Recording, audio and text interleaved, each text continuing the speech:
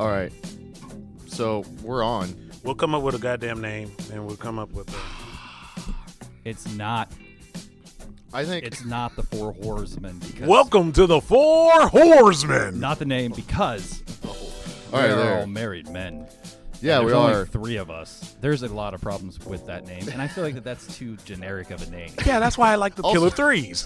The Killer 3 is a little inside. I don't know why that's a little inside compared to other names of the possibilities.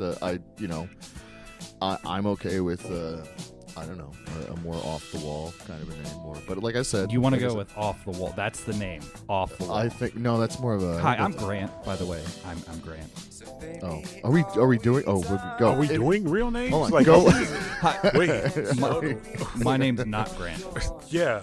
You're the guy in the center. I feel like you should actually start us Yeah, you. All right, yeah. so in let's- some way. So, So this is not Grant, and Not that's Grant. and that's not Julian, hi. and I'm sure as shit not Greg. Yep. Right. All right. Now that you got that out the way, we're gonna sit here and talk about the shit we always talk about, and that's some wrestling. And I'm gonna get this out of the way too. I feel like that this is gonna turn into. I'm just gonna make Julian try to convince me on why I need to start watching wrestling again. Oh, we the Threebirds. I The once Threebirds? had- I once We're had- the Threebirds. for Yeah. 6 The episodes. The fabulous Threebirds. Oh, that's not bad. That's look it up. Look it up. The fabulous Threebirds. That actually, That's not bad. shit. Yeah, that's all right. Fuck, that came out of nowhere, like All right. just off the text. We're gonna. Nope. It's gonna be cool. So That instead is of what we are right now. We are the Right, sweet. fabulous As of Threebirds. right now, we're the Fabulous Fabulous Threebirds. Threebirds. Heck yeah! So Confederate flag shirt No. on its way, guys. No. You ready? All right.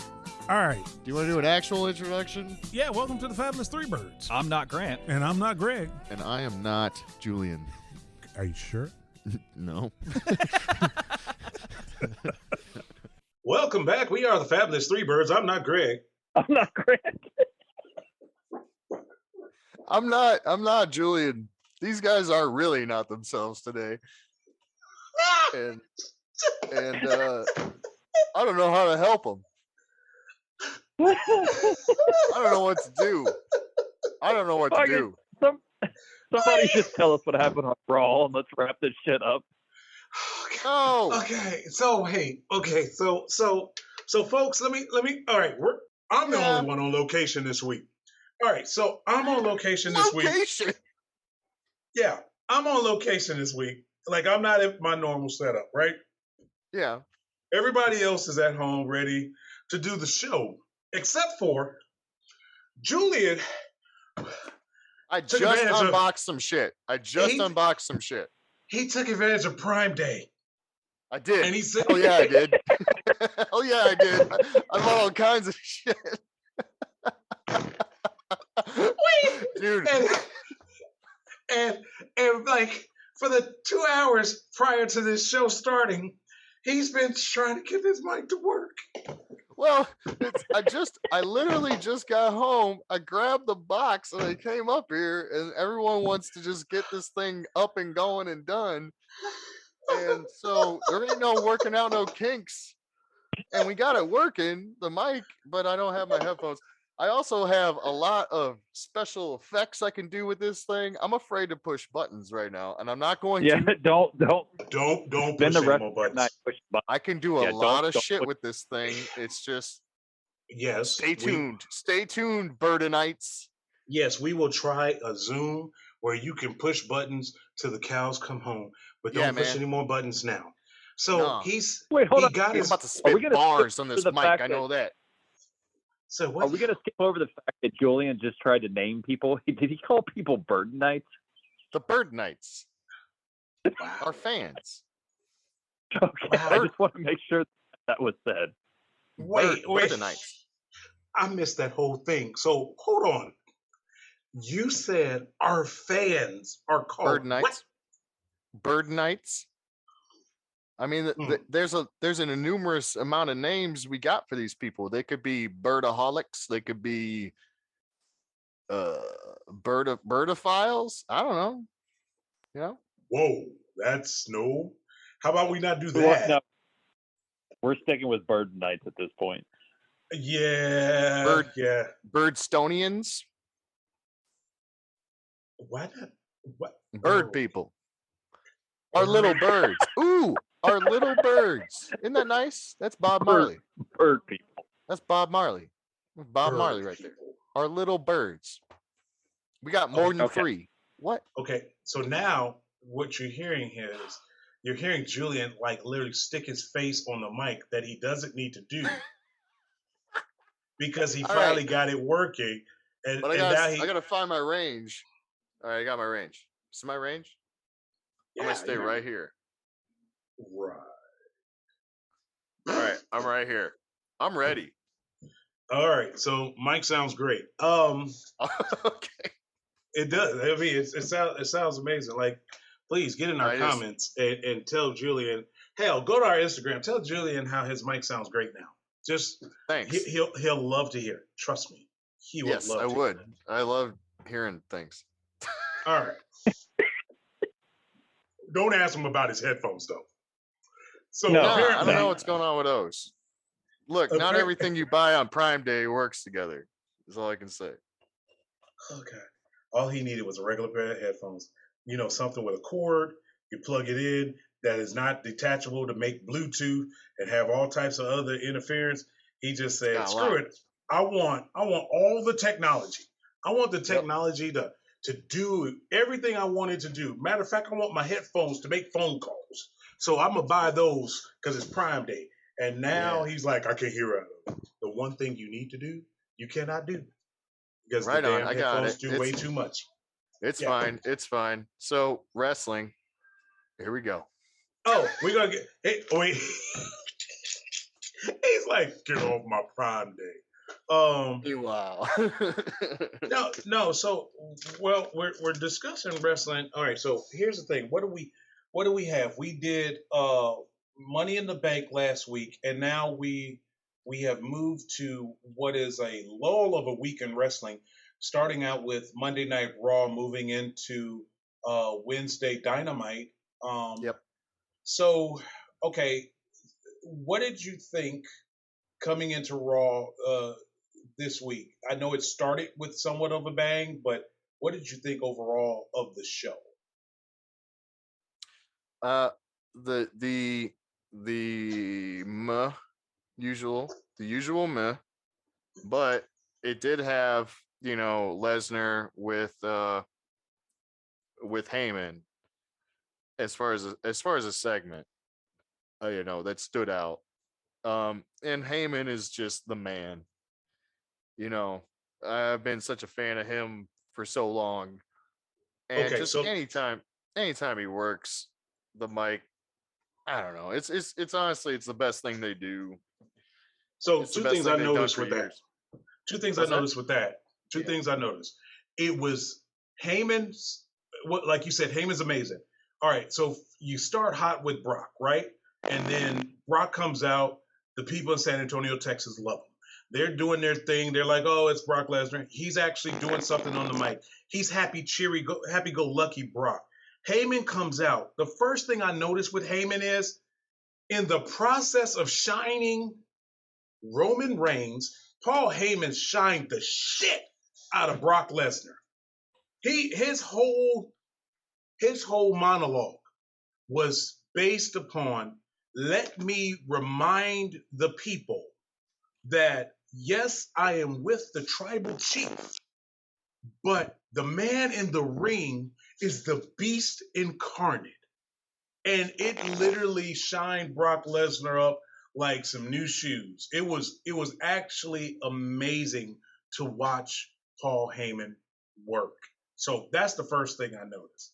Second thing I noticed is, all right, either Vince McMahon is full-fledged all in on Theory, or Lesnar, Heyman, etc. in the back are saying that this kid can go. For them to use Theory to interrupt this segment tells me that they are full-fledged on board with Theory being the next big thing. That was the two things. Well, I mean, what's the end game for Theory right now? Like, we have to wait until those belts get split back out, don't we? Yeah, the end game for Theory is he's basically saying, I don't care who wins the belt. Like Brock, Roman, you guys can go after each other's throats all you want. I don't care because at the end of the day, I'm Mr. Money in the Bank. I'm the youngest Mr. Money in the Bank in WWE history. So either way it go, it's always going to benefit me. If you guys beat each other to a bloody pulp, I'm ready to slide right in and take that damn belt. That's the end game theory right now. But And this is still that thing of what belt though. right, I don't think it matters. I don't think he cares. Yeah, but is it one belt? Is it one title? Like if Theory cashes in, does he take both of those titles? At this time, yes, it's one universal belt at this time. I figured that Theory's going to cash in like after these belts are split back up or something. I don't fucking know. I know I bring this up every time, but it's a very confusing storyline because I still don't feel like Roman's losing until Roman's not losing for a while. But also, I have read reports that The Rock and Roman might not be for the title. Okay, The Rock and Roman might be for the bloodline. I can see that. Yeah, because that makes it more unpredictable because you know that if Roman has a title that he's probably winning because there's no way they're going to put that title on The Rock again. I wouldn't say that. I mean, I think they could put it on The Rock again and the people will accept it, but I don't think they would waste all this capital for the past 2 years or so just to get The Rock to take the title off Roman. Like, I don't think that would make sense at all. That doesn't make any type of sense whatsoever. I've also read that the original plan for the Money in the Bank was that Seth was supposed to win it because the match at this year's WrestleMania for the title was supposed to be Seth versus Cody as the big blow-off. Until Cody got hurt. Ooh, I could definitely see Cody getting the title at Mania and you doing Rock and Roman as a co-main. That's weird, but up until Cody came back, I would have said that was nonsense, of course. But just seeing the reception of Cody and how they'll treat it probably Royal Rumble wise, he might win Royal Rumble. Well, maybe if WrestleMania stays 2 nights, what you can do is Rock Roman one night, Cody the next night for whatever damn belt. And what you also can do, which I don't think has ever been done before. Well, I should say I know it has never been done before because I don't think. I mean, we're what 3 years in on a 2-night extravaganza. Yeah. You could do Roman Rock and then turn right around and do Roman Cody. If they do it right, Roman can work both nights. No, you're right. They'll probably making the women the main event one night as well, though, too. Right, but I'm saying if you put Roman early with The Rock on night 1, Roman can still headline night 2. And therefore, the belt doesn't matter with The Rock. It's that family bloodline. And then Roman comes out night 2 with his main event, which he'll be the first to basically do 2 nights. Like, that's another feather in Roman's cap. Yeah, so the main event at 2 nights. Yeah, and if he loses to The Rock, then he immediately gets it back if he beats Cody. Now, the problem is nobody wants him to beat Cody. Because if Cody's going to go for the belt has to change hands. Yeah.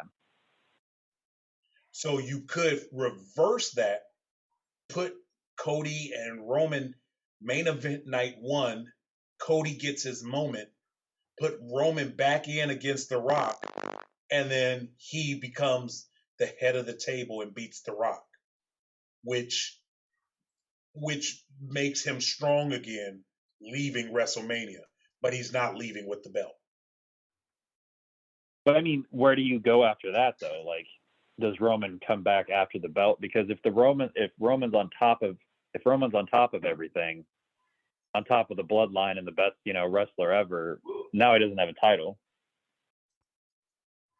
He doesn't have. Well, you could have him obviously challenge Cody for the belt. He can get it back, but I'm thinking if they put the belt on Cody, they're going to run with Cody for a while. I would say they run with Cody all the way to Survivor Series. I don't see Cody holding it for a whole year. Or Roman gets it back at SummerSlam and then Cody gets it back from Roman. They could do that. They could play back and forth for a while, and it'll just be the Roman Cody show, which I don't mind that. As many times as we have had Brock Lesnar and Roman Reigns, you can give me Cody Rhodes and Roman Reigns 4 or 5 times. I don't mind the back and forth there. As long as it's good, the back and forth would probably be the best thing for the WWE right now because it's showcasing talent that is currently on the roster. It's showcasing future Hall of Famers. It's showcasing future legends. So I don't have a problem with them trading that title back and forth. And then you could keep if they split these belts up. You can keep the other title on Brock Lesnar for a while, and somebody can figure out what the hell to do with the Raw title.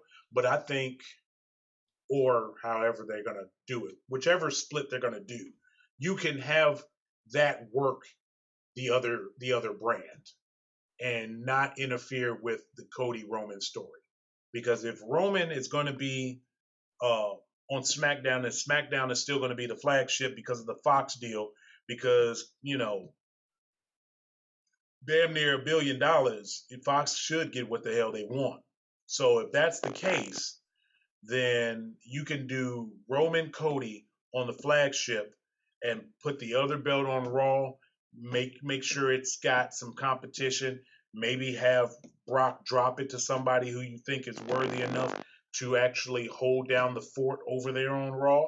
But I don't see Roman holding both belts all the way till WrestleMania. I don't see why he needs to.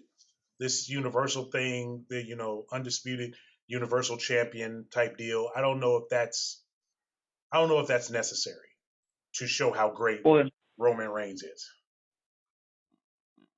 I mean, that's also too why it can turn into the Lashley Theory, whoever else show on Raw. Right. Yes. You doing all right over there? I'm okay. I'm just I'm okay. The theory thing, I really think I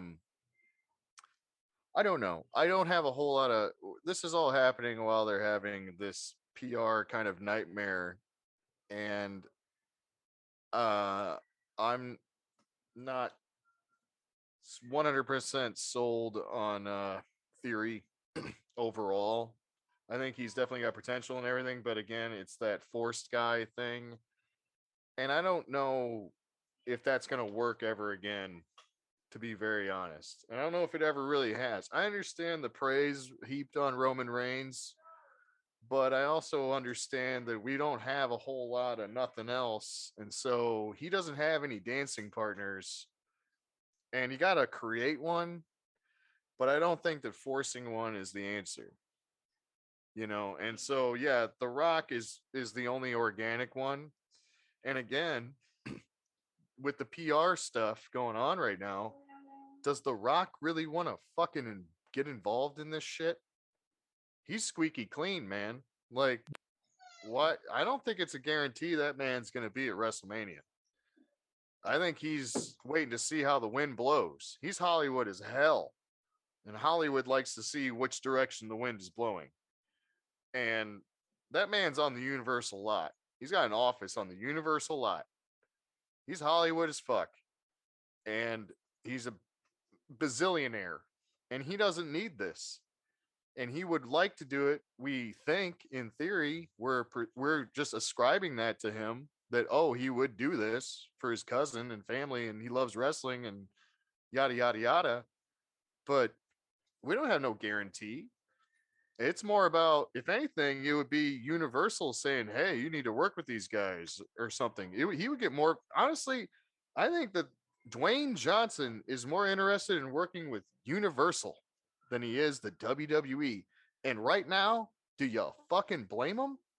Would you ever blame him? I mean, there's problems in Hollywood, of course. There's problems in all sorts of gigs like that, but would he really want to damage his brand if this doesn't play out very well with Vince? I don't know. I don't know if it's a guarantee at all. It's up in the air. It'll be a hell of a thing. It's in LA. I would like to attend. I'm making tentative plans to attend WrestleMania next year just because. But man, I don't know if, and we'll just have to see. Whatever it is, I'm sure it'll change. But what are the SummerSlam plans right now? Can we just focus on that? It's definitely Brock versus Roman. So does Theory cash in? If Theory I cashes really hope. in, I want somebody to hold that damn briefcase for a while and have fun with it. Yeah, that would actually be good for his character. Yeah. I think he's got potential. I'm not saying I'm not sold on him as a worker in general or somebody that can do it. And he passed the eyeball test, of course, and he looks great.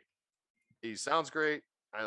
I like the heel gimmick, but dude, I don't know how money a heel is that's forced by Vince McMahon. I don't think that's money.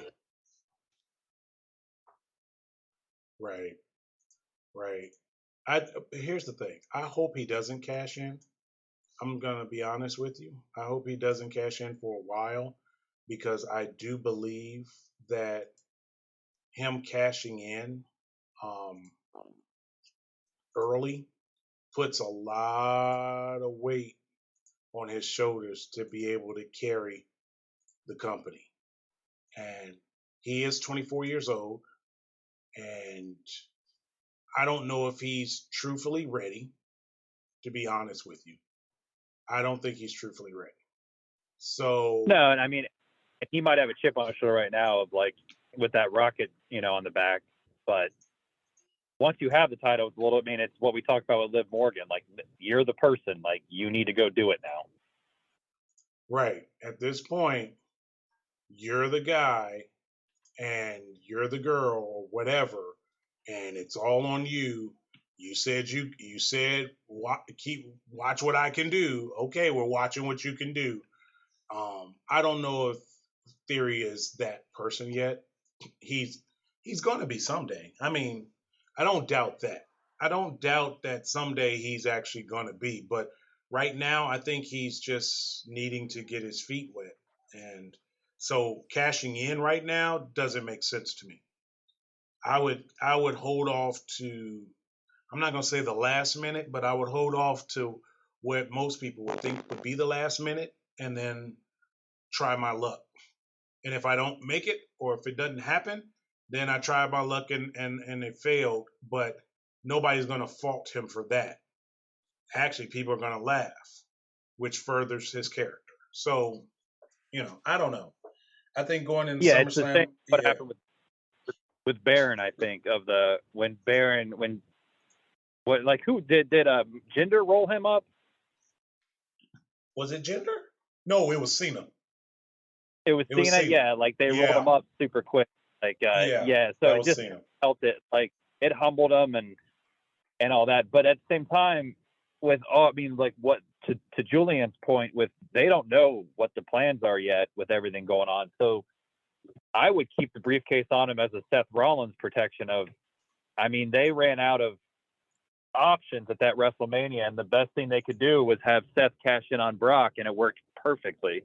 But had Seth not held onto that briefcase, who would have known what would have happened? Right, right. I think we're at a stage. I think we're at a stage right now where if it's done right, or it could go right, I should say, um, everything will be fine.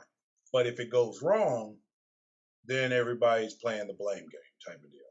And I don't Man, know. I think I almost, part of me thinks that nothing's gonna happen to Vince, and he's gonna fucking open up WrestleMania at SoFi Stadium, and The Rock will be there, and you know, you know, I don't know. We can have a discussion about the moral decay after that, I Well, guess. people But people forget my things. God, People forget things very quickly. yeah, and I mean, and it is just judging him on his uh personal life, right? But the illegal part of it is whether or not he spent 12 million of company money. At that number, how on earth could it not be? I've uh I've forgotten that Nick Khan was also super implemental in the UFC. I completely forgot about this guy's resume. This guy was a manager who has just dude, this guy has climbed like it's a fucking he's a shark. He's a shark, man.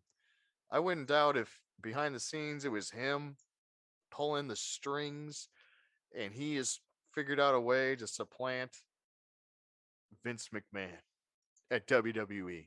This guy, he went from just a sports agent to where he is now in a handful of years. And he is super tied in and very implemental with like UFC getting the deal at ESPN. So he's been dealing with Disney. He's probably involved with the overseas Disney WWE deals. He's probably greasing the wheels for a Disney sale. But if the mouse gets involved, the mouse don't like these kind of PR scandals. The mouse could also get the Rock. So who knows? Maybe by WrestleMania, there's no McMahon, and it's Nick Khan. This is Nick Khan and Well, yeah, see, I always thought Nick Khan was making that type of move when the quote unquote McMahon started to fall off the face of the earth when he came to the company prior to this scandal being reported. I mean, you had the thing that happened with Triple H and NXT and him getting blamed for that and basically pushed out the door. Then you had Shane abruptly get fired from his talent deal, and then he doesn't have any uh, administrative role whatsoever with the company. And then Shane's gone. And then you have Stephanie basically be told or it leaked out that, oh, by the way, Stephanie can't do her goddamn job. She sucks at it. And now she's out the door. And then the scandal broke. And then everybody rallied to get McMahon's back in the picture to keep the stock price from falling. But prior to yeah, that, I always thought it was Nick Khan moving the chess pieces around to make sure that the WWE and the product that it is moving forward, it has nothing to do with Vince McMahon and the product that it was. That's yeah, where I've always thought. So that could very well be true. He could be the guy who leaked the whole damn thing and said, you dude. know what Vince does with company money? You never know. And Like, you also, never know. they just sort of like people are putting the pieces together that one of the talent girls or the talent girl in question is Christy Hemme because of the way she left back in the day. And this all coincides She got this to keep her name, didn't she? on top of whatever That's shit. I mean, that's what I'm yeah, saying. Like when she left, didn't she keep her name? is that her actual name though? I think No, it's her I'm actual saying name. that's the name. I guess that's the name that she wrestled under. I'm saying, Yeah. with the Well, trademarks that he does on intellectual property, I'm saying yeah. she was a person that got to keep her name, Yeah. um, which was Well, very also, weird. she did that contest though, so maybe that has a little something about backdooring your name in. And I think they were real names, and they were more looking for models than anything else. And of course, that diva search was Laurinaitis, and now we know all about him. A little more confirmed. I don't know, man. I mean, uh, man. But yeah, I mean, I've heard on various podcasts a couple of things one that, Vince wasn't like, you've kind of heard it about him. Like, he really didn't act like this before the company went public, before he became an actual billionaire.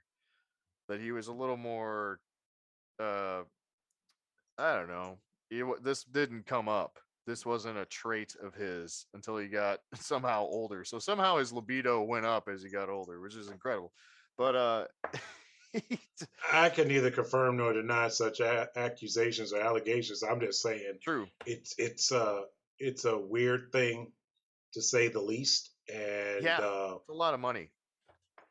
But having said that, moving back into Raw itself, which will be TV 14 as of next week. Well, yeah, because they figured out, okay, maybe the blood thing doesn't fit the PG-13 model, but there's some things on the PG-13 model that kind of makes me go, huh? Wait, this is okay, but this isn't okay. Okay, so it's a very weird thing. Okay. But yeah, what they let happen under the PG-13 banner versus what they don't let happen under the PG-13 banner. So, I won't dive into that, but Raw itself going into TV 14 allows them not to go back to the Attitude Era, but it allows them to get, some blood and, probably push the envelope a little bit. And if they're going to push the envelope, that's fine. They're probably going to need to figure out how to do something, because it is actually getting ridiculous on the USA Network. So back to Brock and Paul and starting off Raw. This segment lasted probably about a good, I would say this segment was the first 15, 16. What are you doing? He's pushing buttons. Anybody? What was that? That is him messing with the sound effects he said he would not mess with when he sat there and said, I will not push buttons. He is literally pushing buttons. It's okay. I'm not doing anything anymore. It's fine. See, it's off. And then he always says it's fine. Well, I have to reinstall Faith somehow. Wow. He won't leave the stuff alone. He won't stop pushing buttons, Grant. I got a lot of buttons in front of me. People, if you had the buttons that you have in front of you that I have in front of me, you'd be pushing them. That's all I'm saying. Go on. Are you sure? Yeah. Are you sure? You sure? Yes. You positive? Yes. Okay. I see, Grant. I see what you mean. I understand why your lawyer got involved. I get it now. We got heat. We got heat, Grant. I get it. Let's just say that your name's in the contract more than Greg's about creative differences. Wow.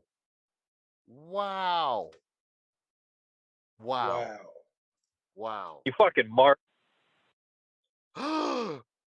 Whoa. Shots fired. Damn it, I'm not at home. Where's my gun? Shots fired effect.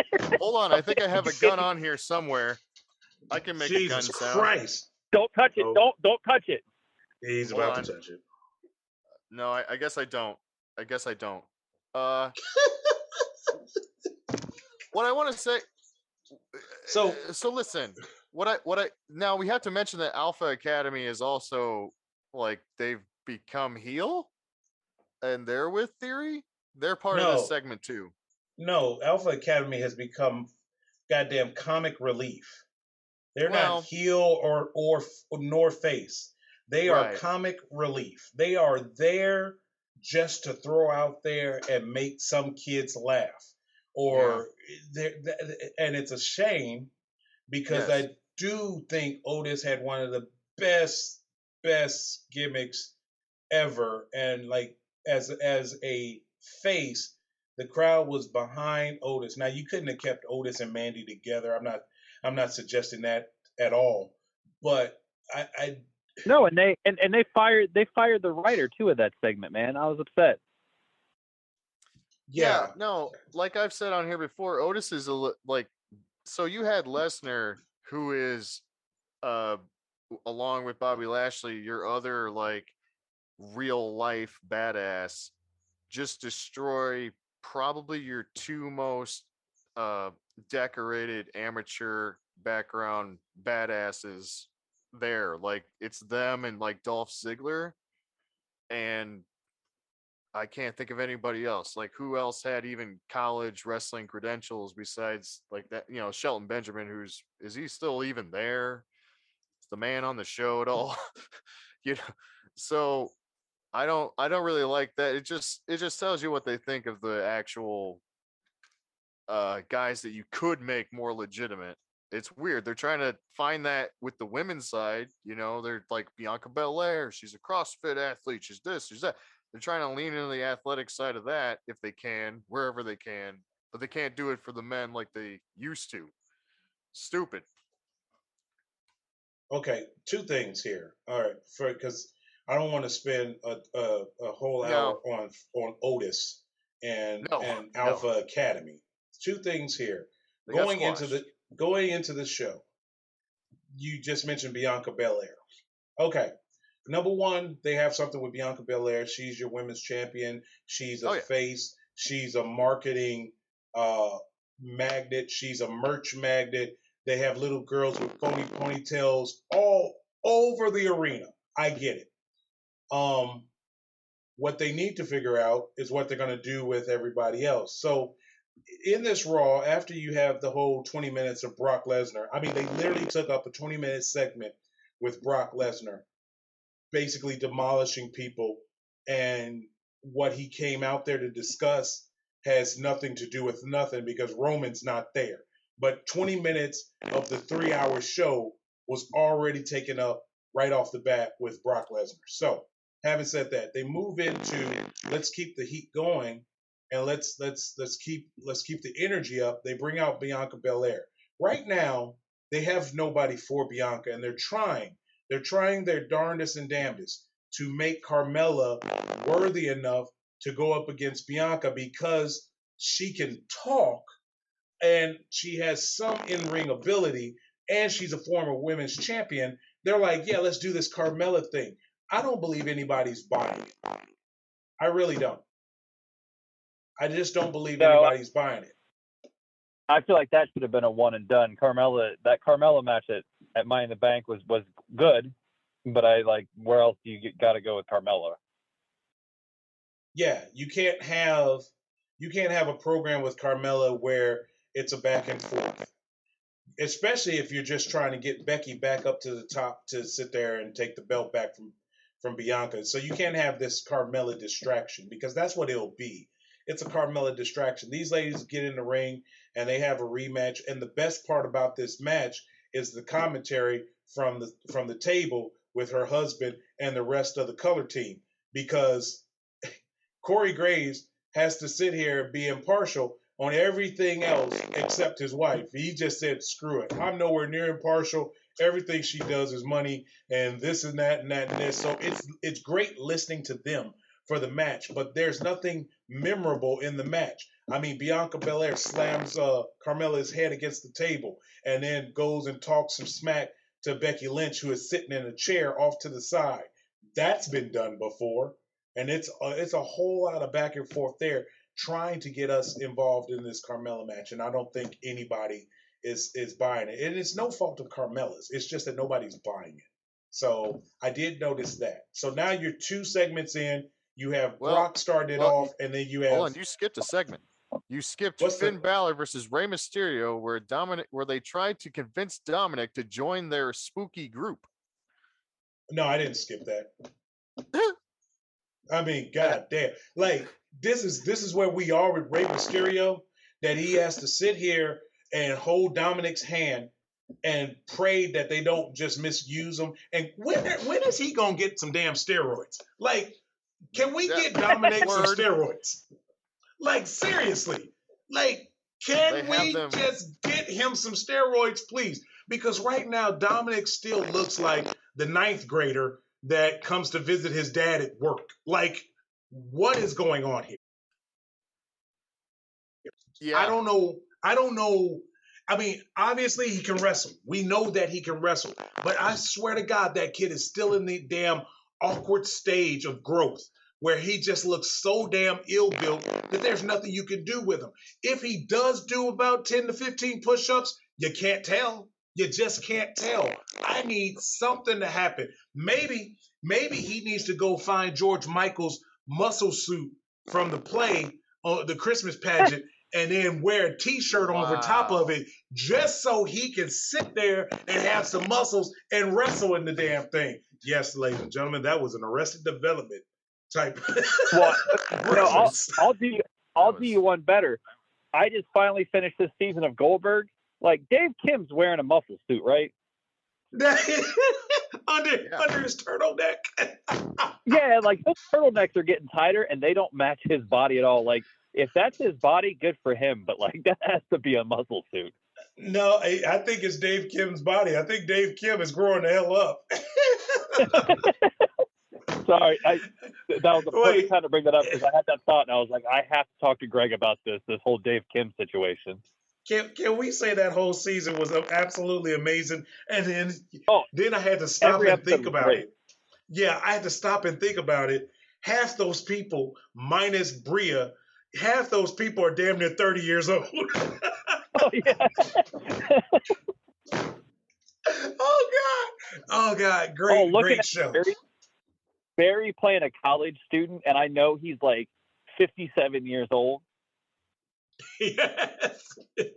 Do you notice how Murray has just stopped talking? Like there's no lines. Oh, not even in. I don't know if he was shooting curb or what, but they keep talking about how he's at different furniture conventions. Like he's just never there. He is literally never there. Then when he does show back up, he literally has no lines. They block him into the scene, but he has no.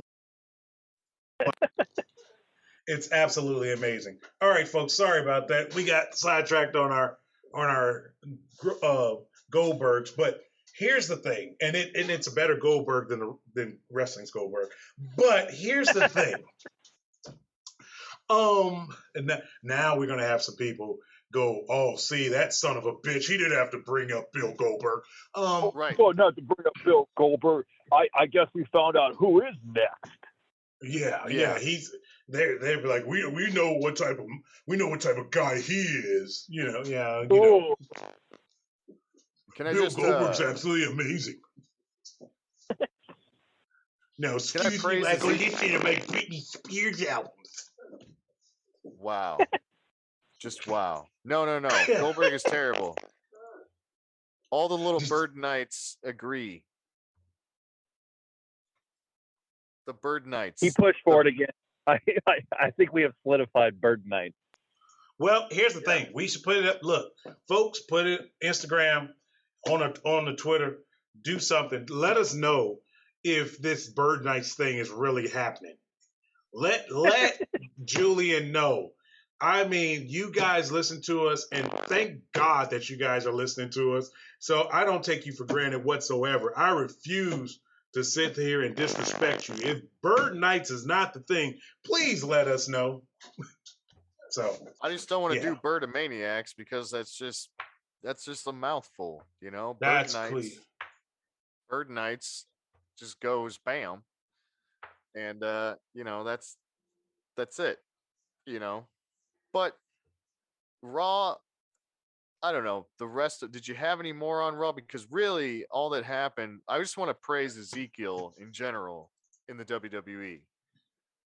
He had, he's on Raw and he's doing way better than his brother. I can tell you that. I mean, have you ever seen somebody do segments? Like he is as good. I'm going to say this. He is as good as The Undertaker at not breaking character. When he was Ezekiel or when he's Elias, that dude, when he was Elias, he's playing a fucking guitar solo, playing a little song in front of a whole arena full of people. It's absolutely nerve-wracking.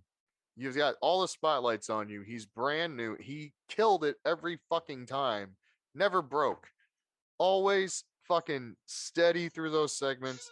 And then he does it now, and he's doing he's the best. Like, he is as good as what Bray Wyatt was in acting, I guess, in WWE. And vis-a-vis Undertaker at not breaking character, whatever the hell it is he's doing. He's great, man. He looks like he's buff as shit, looks like a dude from back in the day. He's just good at this crap that he's been handed. He's been handed something silly or whatever to do. He's made the most of it, and I think he's really in their actual top tier of performers. My name is El Vagabondo. That's one of the best moments I've ever had at a live event, when he came out at the NXT show wearing the mask, because the Drifter had just been fired. The Drifter had been fired, and he can't show up to any sanctioned events. And they literally made a match and had a match with a newcomer. They announced him as a newcomer to wrestling. Put your hands together. And they read his name off of a card like it's the first time. And he walks out in the same clothes as the Drifter, the same guitar as the Drifter, and he has on this mask. And he goes, "My name is El Vagabondo." So now he's a vagabond, and I don't even think that is the actual Spanish way of saying it. Maybe it is. I don't think it is, which made it even more hilarious, because he knew to sit there and be like, I'm not the Drifter, I'm a vagabond. It's different. Oh, my God. The man does exceptional work. I am 100% with you. He does exceptional work. He is. So he's one of the only things I like to watch in that fucking show ever. He's it. He's one his match, and he teamed with AJ Styles, and they but his match against them, like put it this way, without Edge, I could give two shits about that damn faction. I don't care. I don't care if it has Finn Balor or the Archer or any. It does not absolutely matter. And that could be me, and folks could be like, "Jesus Christ, Greg, you're pretty harsh on them." No, it's just you had something, and you could have morphed it into something, and slowly but surely built something. So by Survivor Series, it would have all made sense. Yeah. No, they fucked up, and they're paying the price because now Rhea Ripley's hurt, so you have the third person out. They're just a tag team. Yeah. That's it. Yeah. They're just good. Yeah, and I don't want to see them as a tag team. So yeah, you had that match. The other match in Raw before we move into Dynamite, because I know you want to talk about Dynamite. Little Dynamite. The other match that they it was, put it this way, I don't care about the actual match because it became a triple threat. But the other segment that I cared about was when R-Truth came out and gave us comedy gold, as only R-Truth can do, while he was trying to become the tag team counselor / referee between the Usos and the Street Profits. That whole segment, I kid you not, R-Truth can entertain the hell out of anybody. What I did notice, and I don't know if it struck him a little bit differently or if he just knew how to play it into the gimmick, but the Usos, R-Truth is doing his R-Truth thing, and the Usos, I think Jimmy sits there and goes, "Man, if you don't take your clown ass to the back," and you saw Truth's face, like Ron Killing showed up, like it was a different face, like he clown ass. He said, "I'm clown ass." He said, "Okay, how about you fight this clown ass?" He said, "I'll fight both of y'all." Like it turned for a second, and I think he went back into it though. He was like, "I'll fight both of y'all," and then he looked behind him and he was like, "But I was talking about me and my boys right here. Now it's even." Like, but immediately Ron Killings came out like, "Clown ass." Oh, okay. I know I got a job to do, but you ain't gonna just be out here calling me clown ass. So I thought that segment was interestingly funny on top of what transpired at the end. But truthfully, there was nothing else on Raw that actually moved the needle. I mean, you had almost come out to do the triple threat match. I will not say, was it trios match? It's a God damn it. The 6-man tag. Sorry. I will not say trios match. It's a 6-man tag. That's what it is. I mean, they used to actually have 6-man tag team championship belts. Oh yeah. So this is not something that's new. So to call it trios match is just some lazy bullshit trying to proprietize a saying to your product that is AEW, but I don't think it'll work well. But the only other thing was Lashley. Lashley and was it Lashley and Theory, or was it a tag team? Lashley and who am I missing? What's the guy? RK Riddle. Lashley and Riddle. Who else? Was it Theory? Who was? Oh, Theory and Seth freaking Rollins, wasn't it? Yeah. Lashley, Riddle, Seth, Theory and Rollins. Theory, yeah. So yeah, that's the only other thing that happened on Raw. So you've had these 4 segments basically, minus some backstage interviews. 3 hours. I don't know. 3 hours, right? Crazy. 20 minutes take it up with Brock, but 3 hours. So I wasn't necessarily moved. Let's get into Dynamite because I know you want to talk about Dynamite, and I'm gonna tell you right now. God damn, man. Oh, Jesus Christ. When we get to Jade Cargill, Jesus fucking Christ. Yeah. Okay. God damn. Go ahead. Start it off. She looked good. She looked good. She always looks good. You gonna be okay, Greg? You gonna be okay? She sounded funny. She looks fucking amazing. The problem is somebody gives her a script and be like, Jade, okay, your catchphrase is cut the shit. Now I need you to say that exactly the same way all the time, and we're gonna set you up. We're gonna put Tony Schiavone in it, and so you go, Tony, cut the shit, and just like that. I need that from you. Okay, practice that, Jade. Other than that, I can watch Jade Cargill all damn day long. But the problem I'm having is the she just baddies, had a brief backstage segment, by the way. Yeah, and it was horrible. It was absolutely horrible. I was gonna say they're rinse and repeat, and they're about on par with this one every time. But she and looks. Kiera Hogan needs to stop. I don't know.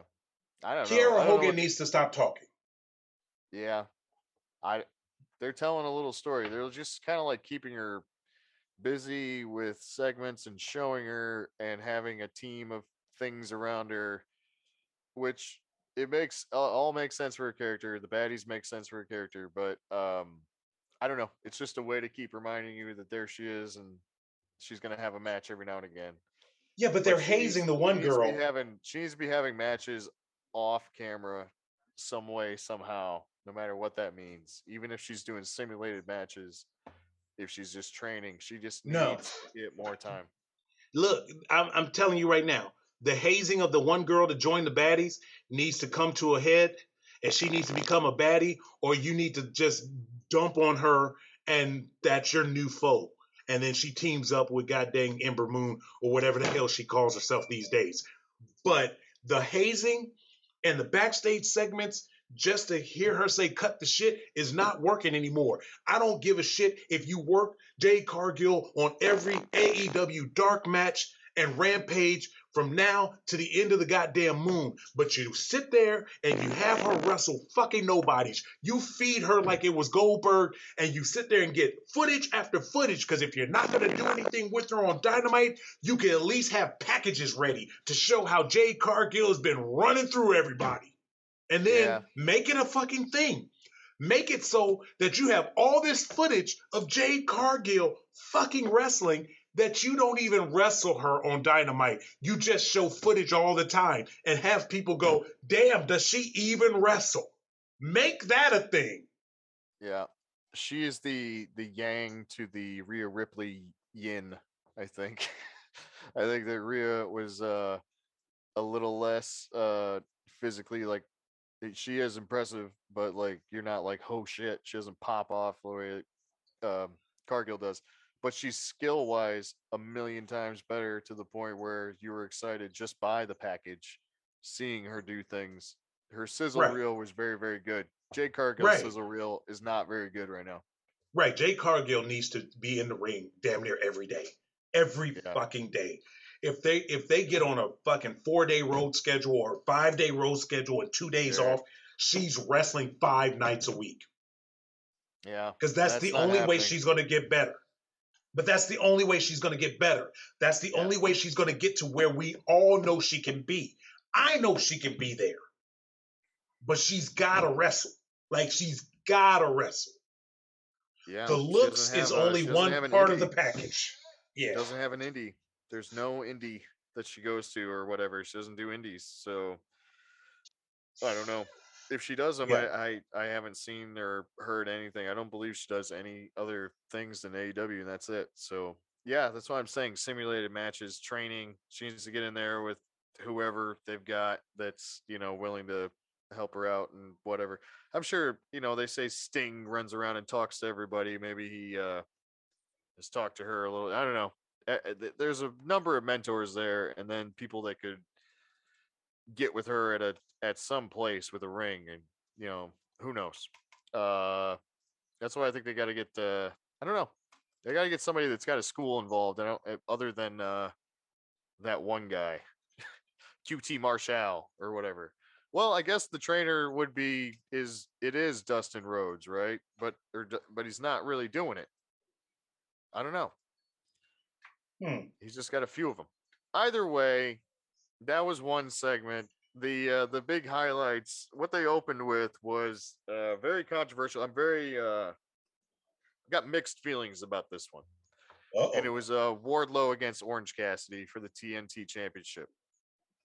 Now, Orange Cassidy, the best friends came out with him, and they were basically taking the heel role.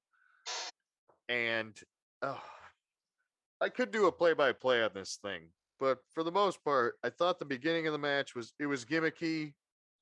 But they're both being baby faces to each other, and they're both kind of. He did like a Wardlow ripped out the pockets of pockets, like he did his pockets gimmick, and then he Wardlow goes up, takes his hands out of his pockets, the pockets are exposed, and he rips the pockets out of his pants. That was pretty cool. They had these little gimmicky things they did that were okay for this. Um, Again, this is Orange Cassidy being treated like kind of top tier when he's a mid card comedy guy, and he's getting a title shot against the dude you're trying to build up. So this is kind of a weird one. Eventually, the best friends almost have a parody run in, like a joke, like a total joke run in, where one of them grabs, and I kid you not, this is what happened from underneath the ring. The other one grabs like a stick or something, and I don't know their names. And the other one, they're both dressed real stupid. And the other one grabs a fucking chainsaw. It's an actual chainsaw.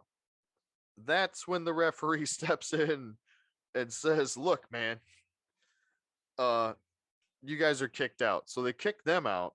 Then they go to a gimmick outside of the ring where Wardlow's following Orange Cassidy. Orange Cassidy's walking around the ring. He's following him, chasing him, and he kind of gets a look on his face like, "Oh, I know what's going on here." Reaches underneath the ring, and Wardlow grabs Danhausen.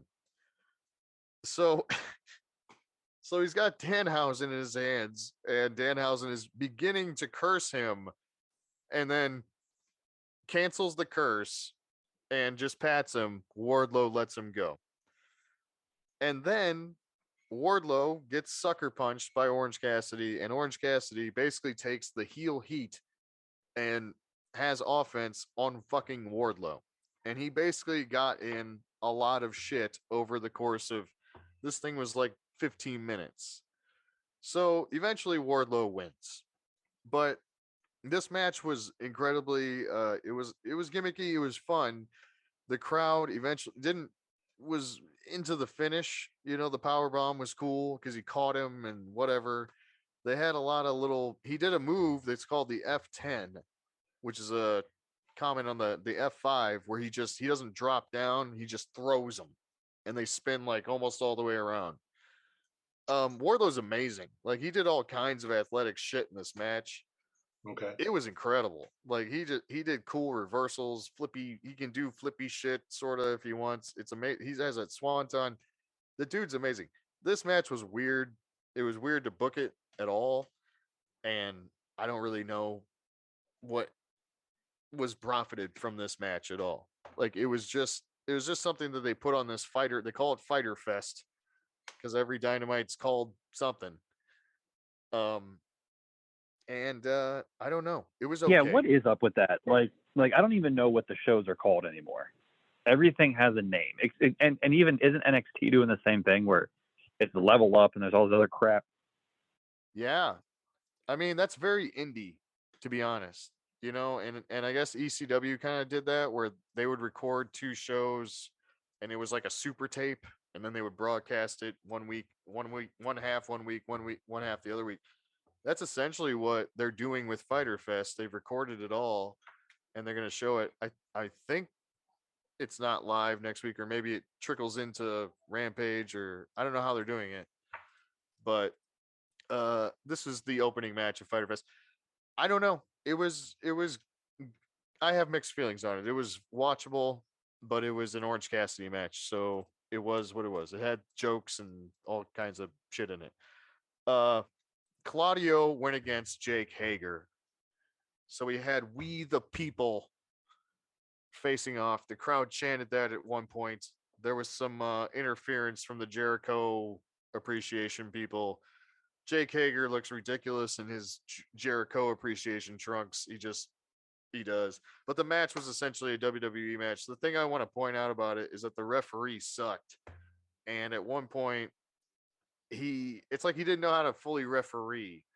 And at one point, they both knocked each other down, and you could kind of tell they were waiting for the ref to do the standing 10 count thing, and he never started to fucking do it. And they were down on the ground at the same time from some double clothesline type thing. And you could tell they were just waiting on the fucking ref to be like, hey, man, are you going to do the thing so we can get up?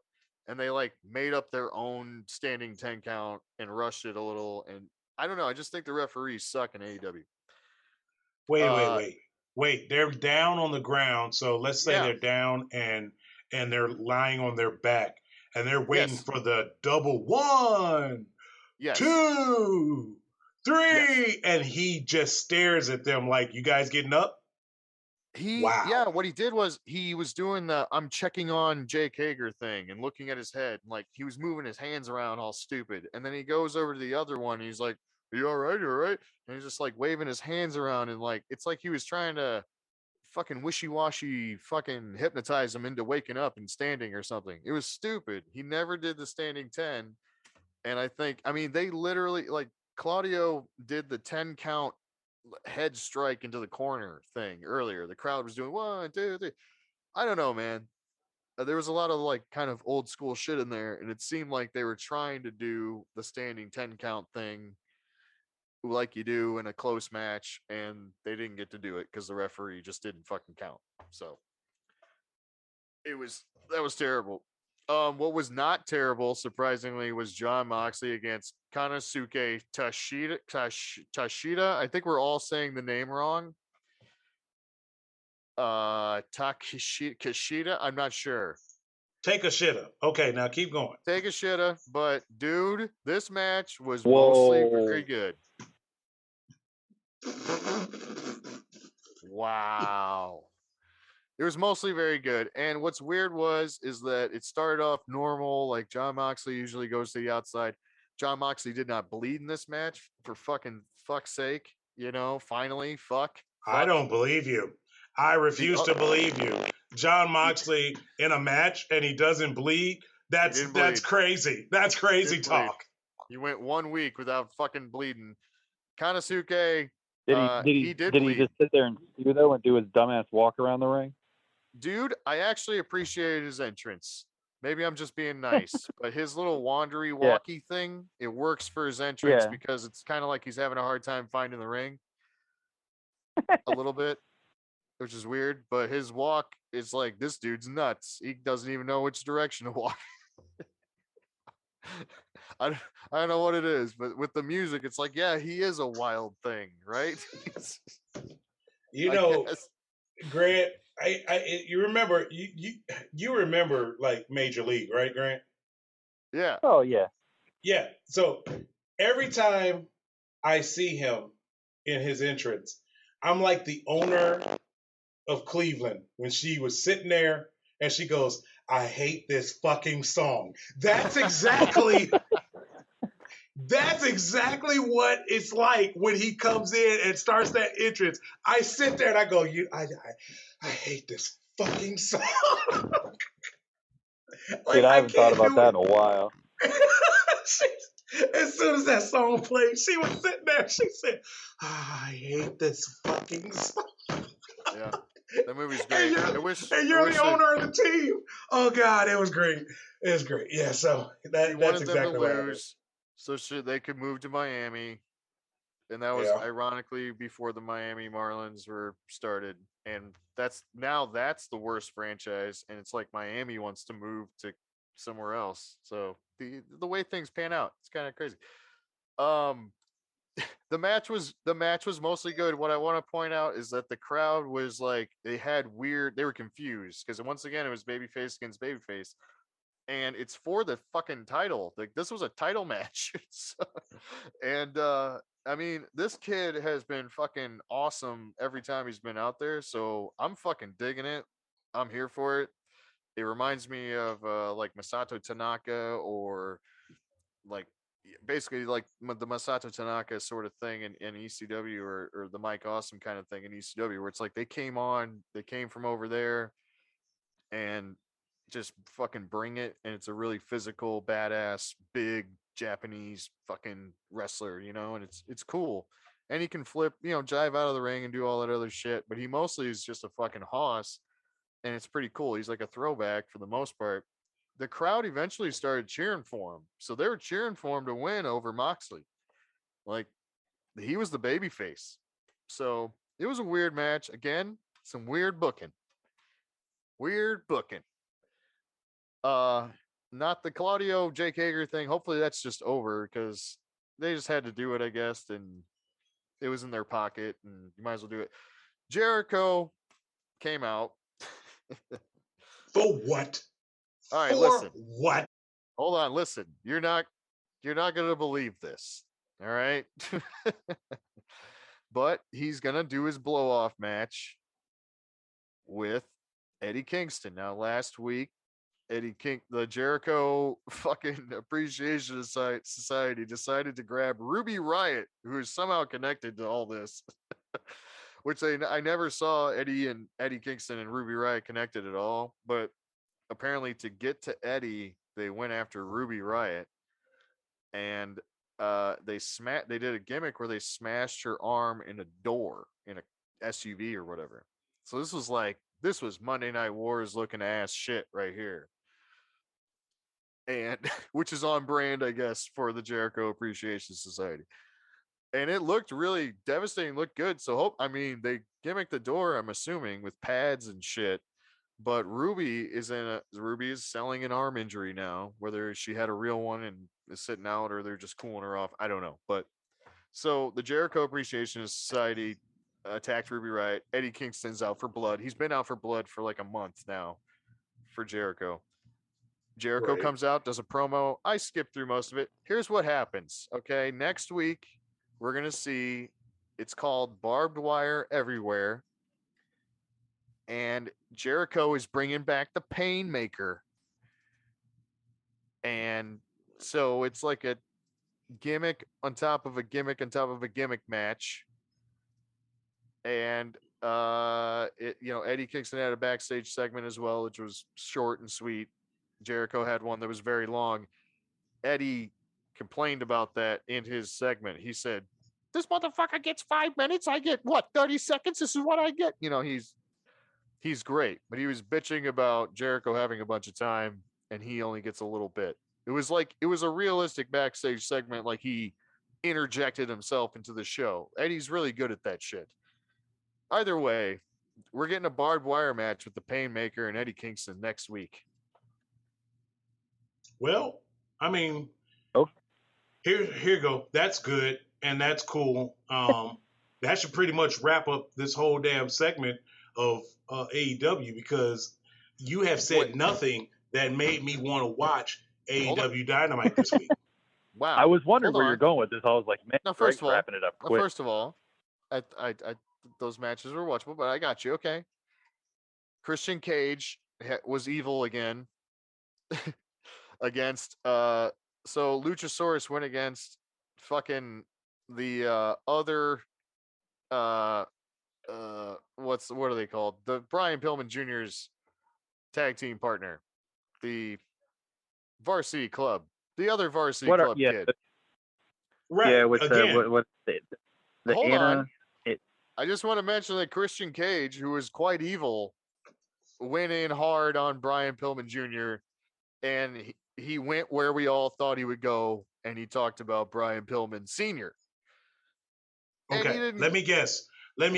He sat there and said, "You know what? Your dad was a damn mid-carder, and quite frankly, he wasn't as good as he thought he was, and people only respect him because of his troubled life and the fact that he was dead. And quite frankly, the most disappointing thing your dad ever did was probably spit you out." Is that where we going with this? He literally said that last line almost verbatim. Are you fucking with me? No, he said your dad would be ashamed if he knew his last contribution to the wrestling business was you. Oh, wow. Yeah, it was rough. You see, I can write this shit and I didn't even watch it. This is what I'm talking about.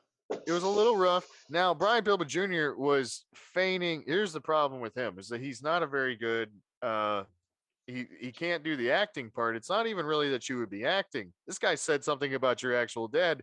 They're putting the camera on him a little bit. He's getting mad, but he wasn't really, dude. He doesn't have the same. He doesn't have the same shit as his dad. He's not his father. No, that's what he doesn't have that really crazy like the way Brian Pillman could fire up was like unlike any other, and so he doesn't have that in him at all. He was getting mad. He's got the hair, he's a thing, but he's also not as ripped. I guess looks like he's gone down a little bit physically, and he's not good at firing up and showing emotion in there. So whatever. They had a match, Luchasaurus, blah blah blah, evil. But yeah, Christian Cage continues grabbing the low-hanging fruit, and I don't know who he's gonna fucking do it against next. Now, the biggest thing that happened on Dynamite, let's see if this makes you want to watch. All right, and then we're done. But ladies and gentlemen, my new favorite tag team, Swerve Strickland and Keith Lee. Guess what? I saw that. They are your new AEW World Tag Team Champions. Because what happened? The Bucks get caught in traffic? Hold on. I saw Keith Lee pull some The Bucks were in the match. Of course, it was a three-way because they can't do shit without 20 people in there if it's the Bucks. Mm-hmm. And they wound up pinning Ricky Starks and Powerhouse Hobbs. The speculation is that Mac Jackson suffered an injury mid-match, so he was taking off. They were working around that. And this, the speculation is that canceled some spots. They always say that shit. Whenever like one of them gets hurt, they're like, so they had to cancel a lot of stuff they were going to do. And the Dave Meltzer fucking mumble jumble that he does about this shit. They're always saying that like one of the Bucks gets hurt invariably, and then they're like, so they had to work so they couldn't do the triple Lindy off the fucking catapult or whatever the fuck. So anyway, they're your new tag team champions, and then Keith Lee had a very good promo at the end. Here's the thing: I saw something on, was it Twitter? I saw Keith Lee do the Undertaker jump over the top rope. That I wish I'd have saw that live because that would have been fucking amazing. Like, do you know how big he is? Huge. To clear the top rope and do a full flip and land on a bunch of people down below. I mean, if I'm the people down below, you obviously got a death wish because that's a lot of damn weight that's falling out of the sky. But hey, whatever. But I did see that. But it amazes me that you said Matt Jackson got hurt. So that makes now I understand why the belts changed. Because if he got hurt and it's an actual legitimate got injured type of deal, it makes more sense to put the belt on people that's going to be able to work every week than to have them just sit on the Bucks and one half of the Bucks is not doing anything. Well, the speculation again is that it's not that serious of an injury, but they just had to work around it in the match. But this was what they were going to do. It didn't change the outcome. This is what they were going to go, which is a weird direction because I think everybody thought it was going to be Bucks against FTR at All Out, which they announced. It's in Chicago at the former Sears Center, now called the Now Arena. And the Now Arena, folks, it's a drive out of the city. Like it's past not Chicago. where the All-State. No. Yeah, it's not Chicago. So let's be honest with you there.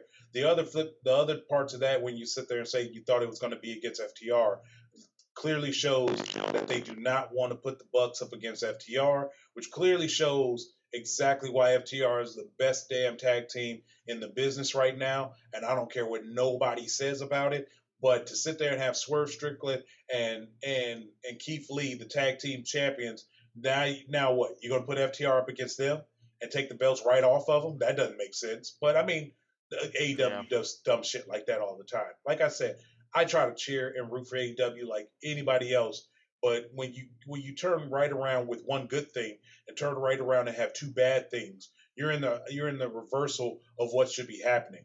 It's one bad thing, two good things, and I mean this is not where it's going to go. I think another thing is that we're a little confused on what's your WrestleMania? Is it All Out? Is it all in? If it is, nobody gives a shit. Yeah, nobody knows what your one special show a year is. It used to be All Out, but now All Out is just another pay-per-view. So, hey, Grant, do me a favor. Tell them what we need to do. Yeah. Hey, come back. So we can sit there and hopefully have a better wrestling week for you next week. We got SmackDown to worry about. What do we have? No pay-per-views coming up? No pay-per-views. So we're getting ready for SummerSlam, which should be the following, SummerSlam's like 2 weeks, isn't it? It's just a few weeks away. It's in August, it's right? a few weeks away. I would love to talk about a retro. Party of the summer. It's a party of the summer. I'd love to talk about a retro, our favorite SummerSlams, or recently I watched SummerSlam '92, and I'm ready to talk about that in a retrospective form. Fine, we'll talk about SummerSlam '92 next week. It'll be all Julian with his SummerSlam '92 from Wembley Stadium. Wait, no, not all me. No. I have my wife here with me. She's gonna watch it with me. So we'll watch it too. No, right. we're all gonna watch SummerSlam. I was just messing with you, man. Did you see him? He got real scared. He got really scared. Wait, what? Oh, he did. Yeah, do you want me to talk? I mean, I could probably talk for an hour, but like, what? I don't want to be by myself. And also, yes, everyone, all the Bird Knights out there, you need to watch some shit. So all the Bird Knights, you need to watch SummerSlam '92 too. Yeah. So we're the Fabulous Threebirds. I don't know about these Bird Knights yet. Y'all tell me. Maybe I'm on my own island, but y'all tell me if y'all want to be called Bird Knights. We're all going to watch SummerSlam '92, Wembley Stadium, and we're going to sit there and have a big retrospective about it. It's going to be a good damn time. He pressing buttons again. Okay, we're going to get out of here. Thanks for joining us. Subscribe, like, join us on Twitter, Instagram, and all the other fun stuff. We'll see you next week.